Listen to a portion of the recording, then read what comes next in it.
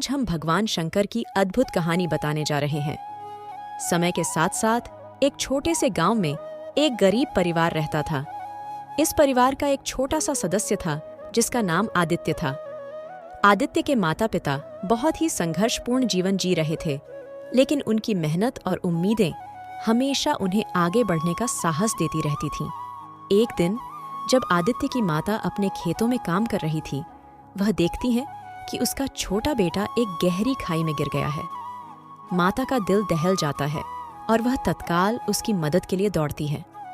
माता आदित्य की मदद के लिए तत्पर थी, लेकिन वह बहुत ही निराश हो रही थी क्योंकि खाई बहुत गहरी थी और उसे लग रहा था कि उसका बेटा बच नहीं पाएगा। उसके चेहरे पर आंसू थे, लेकिन तभी एक आगामी तापमान के कारण हवा में एक अजीब सी झिलमिलाहट महसूस होती है। एक अचानक उज्ज्वल प्रकाश की किरण आती है और वहां एक व्यक्ति का रूप लेता है। यह व्यक्ति भोलेनाथ था, जिसे भक्त अपनी समस्याओं को सुनाने के लिए बुलाते थे। भोलेनाथ ने माता की दर्द भरी आंखों को देखा और उनकी मातृभावना को समझा। उन्होंने अपनी शक्तियों का इस्तेमाल करके खाई को बंद करने का आदान प्रदान किया। जब खाई बंद हो जाती है, माता बेहद खुश होती है और भोलेनाथ की ओर मुद्रित होकर आभार व्यक्त करती है। भोलेनाथ हंसते हुए उनसे बोलते हैं, अगर तुम मुझे सच्चे मन से पुकारती हो तो मैं हमेशा तुम्हारी मदद के लिए तैयार हूं। माता धन्यवाद अर्पित करती है और आदित्य को खाई से बाहर निकालती है। आदित्य को कुछ चोटें आई हैं, लेकिन वह जिंदा है और खुद को भगवान के आशीर्वाद का साक्षात्कार करने का सौभाग्य रखता है। आदित्य की जिंदगी में एक नया अध्याय शुरू होता है और वह अपनी माता के साथ भगवान का कृतज्ञ रहता है।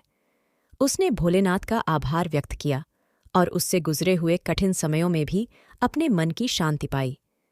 आदित्य ने भोलेनाथ से अधिक सीखा कि जिंदगी में किसी भी समस्या का सामना करने के लिए हमें आत्मविश्वास और आस्था की आवश्यकता होती है। वह जानता है कि भगवान हमेशा हमारे साथ हैं और हमें किसी भी परिस्थिति से निकलने के लिए मदद कर सकते हैं। इस कहानी से हमें यह सीखने को मिलता है कि जीवन में किसी भी समय हमें आत्मनिर्भर रहना चाहिए, लेकिन हमें यह भी याद रखना चाहिए कि भगवान का साथ हमेशा हमारे साथ है। आदित्य ने अपनी आस्था और विश्वास के साथ अपनी समस्याओं का सामना किया और उसने देखा कि कैसे भोलेनाथ ने उसकी मदद की और उसे एक नया जीवन दिया। दोस्तों, आपको हमारी कहानी कैसी लगी? कमेंट करके ज़रूर बताएं।